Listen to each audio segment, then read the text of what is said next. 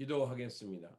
좋으신 아버지 하나님, 저희들에게 이 아침의 시간을 허락하여 주시고 또 주님의 말씀 가운데 하루를 묵상하며 출발할 수 있게 하시니 감사를 드립니다. 주님, 다시 한번 우리가 살아가는 이 삶의 방향을 점검하게 하여 주시고 정말 내가 살아가는 이 길이 주님의 뜻에 합한 길인지를 살펴볼 수 있도록 도와주시옵소서. 그래서 아버지 하나님, 우리가 주님 앞에 서서 주님의 말씀과 언약을 향해 나아가는 길이 되길 원합니다. 어려움 중에 또 있고 때로는 실수도 있지만 그래도 주님의 말씀을 붙들고 살아가는 우리의 삶의 여정이 되게 하여 주시옵소서. 우리 구주 예수 그리스도의 이름으로 기도드립니다. 아멘. 오늘 우리에게 주신 말씀은 창세기 37장입니다. 본문 읽기는 37장 18절에서 32절입니다. 요셉이 그들에게 가까이 오기 전에 그들이 요셉을 멀리서 보고 죽이기를 꾀하여 서로 이르되 꿈꾸는 자가 오는도다. 자, 그를 죽여 한 구덩이에 던지고 우리가 말하기를 악한 짐승이 그를 잡아 먹었다 하자. 그의 꿈이 어떻게 되는지를 우리가 볼 것이니라 하는지라. 르우벤이 듣고 요셉을 그들의 손에서 구원하려 하여 이르되 우리가 그의 생명은 해치지 말자. 르우벤이 또 그들에게 이르되 피를 흘리지 말라. 그를 광야 그 구덩이에 던지고 손을 그에게 대지 말라 하니 이는 그가 요셉을 그들의 손에서 구출하여 그의 아버지에게로 돌려보내려 함이더라. 요셉이 형들에게 이르매 그가 입은 채색 옷을 벗기고 그를 잡아 구덩이에 던지니 그 구덩이는 빈 것이라. 그 속에 물이 없었더라. 그들이 앉아 음식을 먹다가 눈을 들어 본즉 한 무리의 이스마엘 사람들이 길르앗에서 오는데 그 낙타들의 향품과 유황과 모략을 싣고 애굽으로 내려가는지라. 유다가 자기 형제에게 이르되 우리가 우리 동생을 죽이고 그의 피를 덮어둔들 무엇이 유익할까? 자, 그를 이스마엘 사람들에게 팔고 그에게 우리의 손을 대지 말자. 그는 우리의 동생이요 우리의 혈육이니라 하매 그의 형제들이 청종하였더라. 그때 미디안 사람 상인들이 지나가고 있는지라. 형들이 요셉을 구덩이에서 끌어올리고 은 20에 그를 이스마엘 사람들에게 팔매 그 상인들이 요셉을 데리고 애굽으로 갔더라. 르우벤이 돌아와 구덩이에 이르러 본즉 거기 요셉이 없는지라. 옷을 찢고 아우들에게로 되돌아와서 이르되 아이가 없도다. 나는 어디로 갈까? 그들이 요셉의 옷을 가져다가 숫 염소를 죽여 그 옷을 피에 적시고 그의 채색 옷을 보내어 그의 아버지에게로 가지고 가서 이르기를 우리가 이것을 발견하였으니 아버지 아들의 옷인가 보소서 하매. 아멘. 오늘 본문 말씀은 요셉이 형들과 관계가 악화되어서 결국 그 애굽의 노예로 팔려가는 말씀입니다. 요셉은 형제들과 관계가 좋지 않았습니다. 3절에 보면 요셉은 노년에 얻은 아들이므로 이스라엘이 여러 아들보다 그를 더 사랑하므로 그를 위하여 채색 옷을 지었더니라고 되어 있습니다.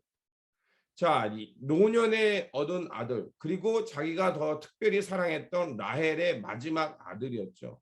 바로 요셉이었습니다. 그 요셉을 특별히 편애하였고 그에게 채색 옷을 입혔습니다. 채색 옷을 입혔다는 것은 그의 신분을 말하기도 하는 것입니다. 다른 형제들은 노동을 하기 위해 그 소매가 짧은 옷을 입어야 했습니다. 그런데 요셉은 형들보다 다른 옷 채색 옷을 입었죠. 채색 옷을 입었다는 것은 뭘 말하냐면 소매에 꽃 모양, 특별한 모양이 들어있는 옷을 입었다는 것입니다. 그러면 소매가 긴 옷을 누가 입을까요? 그런 사람들은 노동하는 사람이 아닙니다. 즉 우리가 요셉이 채색 옷을 입었다는 것은 이제 요셉을 형들을 감시하는 관리자로 세웠다는 것을 알 수가 있었습니다. 그렇게 요셉은 이제 아버지의 명령을 받아서 형들이 아버지의 재산을 잘 관리하고 있는지 또 맡은 일을 제대로 하고 있는지를 그 상황을 살피고 아버지에게 보고했다는 것입니다. 그래서 당연히 형제들을 관리 감독하고 그 자신들의 잘못을 아버지에게 보고하니 형제들과 좋은 관계를 맺을 수가 없었던 거죠. 그렇기에 요셉과 형제들의 관계는 매우 좋지 않았어요. 그리고 야곱도 여기서 이스라엘이죠. 이스라엘도 다른 아들보다 요셉을 편애하며 사랑했다고 말합니다. 자, 그러니까 어떤 관계가 됐냐면 4절에 그의 형들이 아버지가 형들보다 그를 더 사랑함을 보고 그를 미워하여 그에게 편하게 말할 수 없었더라라고 되어 있습니다. 자, 여기서 편하게 말할 수 없었더라는 얘기는 뭐냐면 관계가 얼마나 껄끄러웠는가를 말하고 그리고 서로 문안 인사를 하기조차 싫어했다는 것입니다. 자, 이스라엘 백성들은 서로 만나면 샬롬의 인사를 합니다. 평안하냐? 즉 하나님의 평안이 너와 함께하고 있느냐? 그 얘기를 합니다. 우리도 사람을 만나면 제일 먼저 안녕하십니까? 저 안녕. 그 모든 것이 평안이 잘 있습니까? 라고 말하게 되죠. 또 저도 마지막에 항상 평안이 함께 하시길 바랍니다. 이렇게 인사를 합니다. 자, 이런 인사조차 하기 싫은 관계가 되었다는 것을 4절은 우리에게 말해주고 있습니다. 자, 이러한 이유로 요셉은 형제들과 관계가 좋지 못하고 있었습니다. 그런데 더욱이 또한 무슨 얘기를 하냐면 요셉은 자신이 꾸었던 특별한 꿈을 형제들에게 얘기합니다. 당연히 어떻게 했어요? 관계가 좋지 않은데 거기다가 모든 볕단들이 요셉이 지은 볕단에게 절을 한다라는 거죠. 자, 절을 한다는 것은 무엇을 말하냐면 결국 다스림을 받는다. 요셉은 왕처럼 떠받침을 받고 자신들은 요셉을 왕처럼 섬기게 될 것이라는 그 얘기입니다. 우리는 이 얘기를 통해 알고 있죠. 이 꿈은 실제로 요셉이 애굽의 총리가 돼서 양식이 떨어진 형제들이 그 애굽에 가서 이제 양식을 구하면서 엎드리던 장면이 우리는 생각납니다. 하지만 요셉도 그의 행동이 옳지 못했습니다. 지금 관계가 좋지 않고 아버지의 편애를 받으면서 형제들과 좋지 않은 관계가 있는데 거기다 대고서 자신이 이렇게 왕처럼 당 형제들을 다스릴 거라고 얘기하니 당연히 좋은 관계가 될 수가 없었죠. 이제 세겜 땅에 가서 양떼를 치게 됩니다. 아버지의 재산을 관리하고 있었던 요셉이니까 당연히 형들이 어떻게 잘 하고 있는지 피해를 입은 것은 아닌지 그 상황을 살펴보아야 했습니다. 그래서 아버지는 요셉을 형들이 있는 세겜 땅으로 보내게 됩니다. 그래서 요셉은 형들을 찾아서 세겜 땅으로 갔지만 그곳에서 찾지 못합니다. 그리고 한 나그네를 통해서 이제 그들이 도단으로 갔다라는 것을 듣게 되고 이제 도단에 있는 형들을 만나러 갑니다. 그런데 그 형제들이 이제 요셉이 자신들에게 오는 것을 보고 죽이기로 작정합니다. 그러면서 뭐라고 말하냐면 자, 우리가 요셉을 죽여서 그의 꿈이 어떻게 되는지 한번 확인해 보자라고 말합니다. 요셉의 꿈은 하나님께서 그 이스라엘의 후손들을 살피고 구원하기 위한 계획이었지만 그것을 이해할 수 없었죠. 그래서 결국 요셉을 죽임을 통해서 하나님의 구원의 계획을 막으려고 합니다. 나중에 요셉의 은 20냥에 팔려가죠.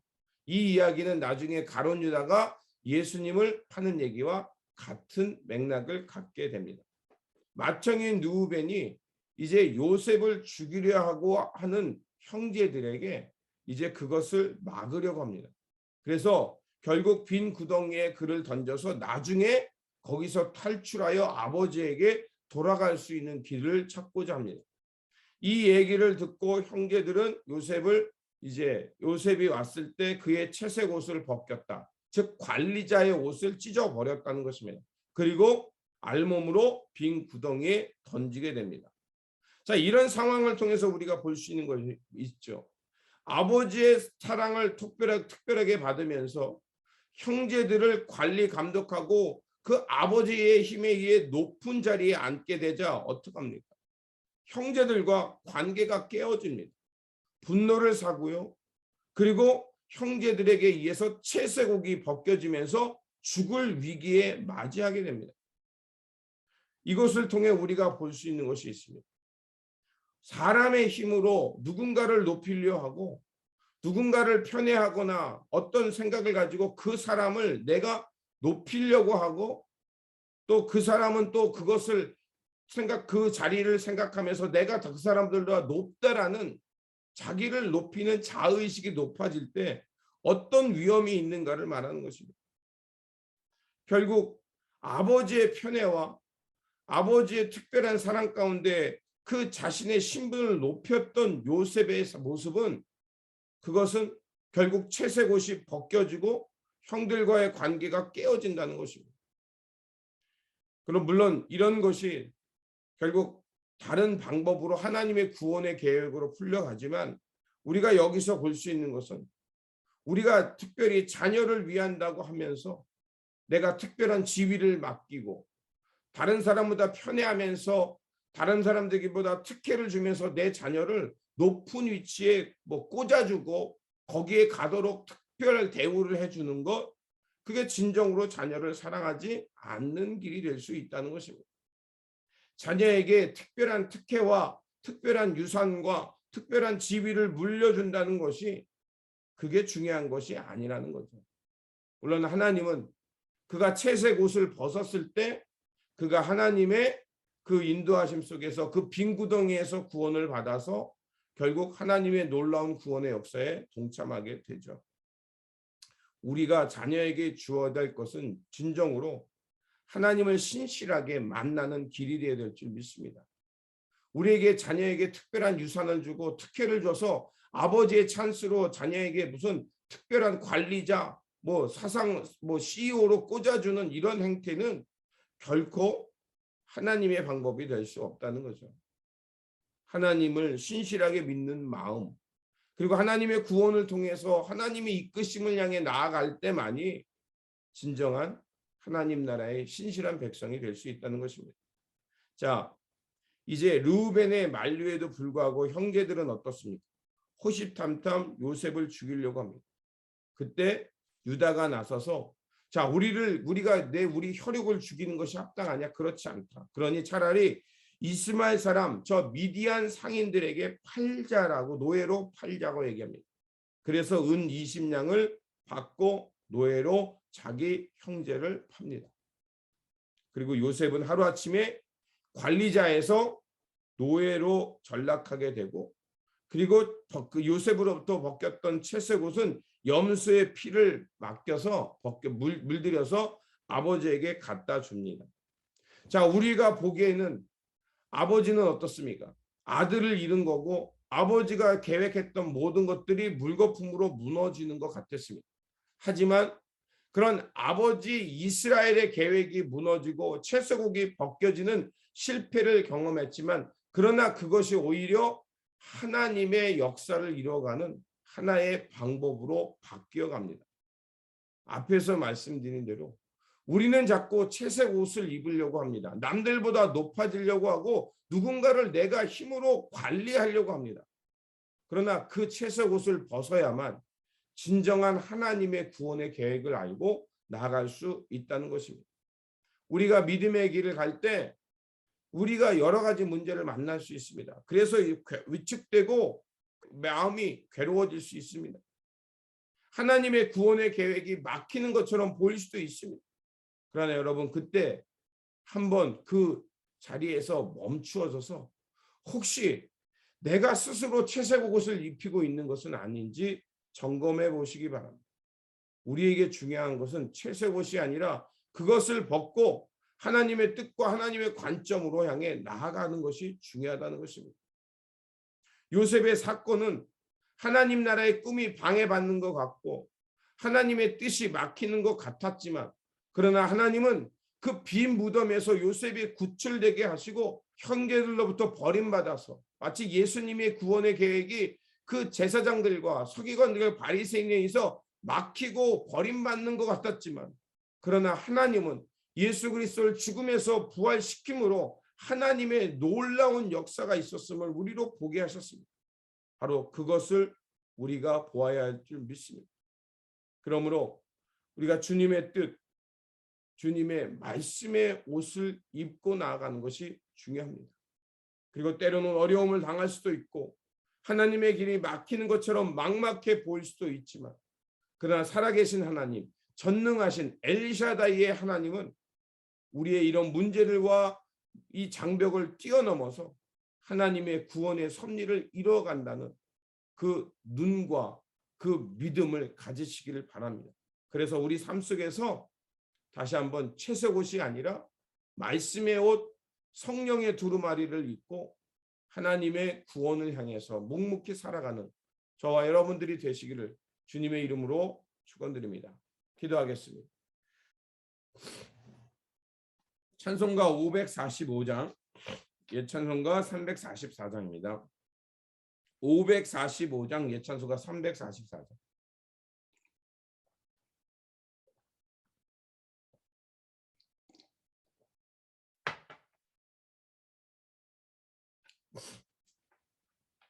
(545장) 예찬송가 344장입니다.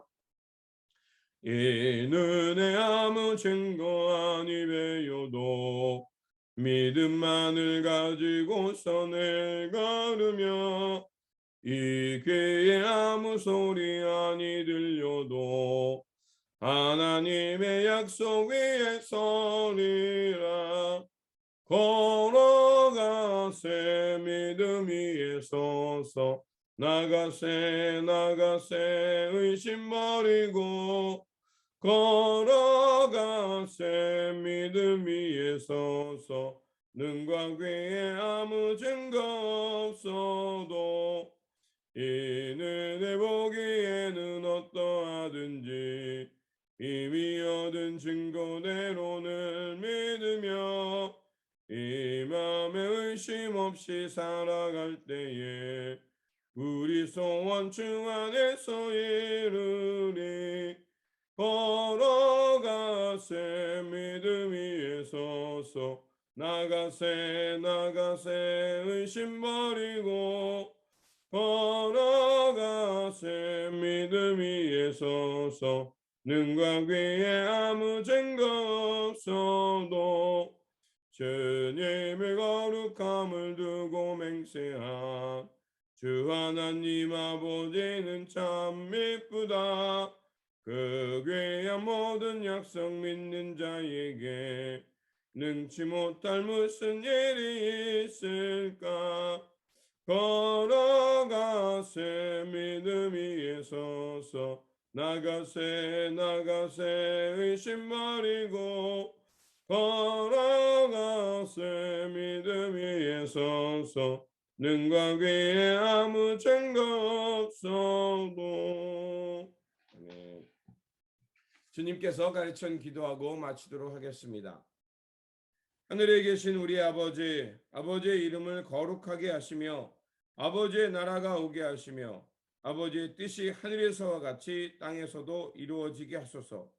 오늘 우리에게 일용할 양식을 주시고 우리가 우리에게 잘못한 사람을 용서하여 준 것 같이 우리 죄를 용서하여 주시고 우리를 시험에 빠지지 않게 하시고 악에서 구하소서. 나라와 권능과 영광이 영원히 아버지의 것입니다. 아멘.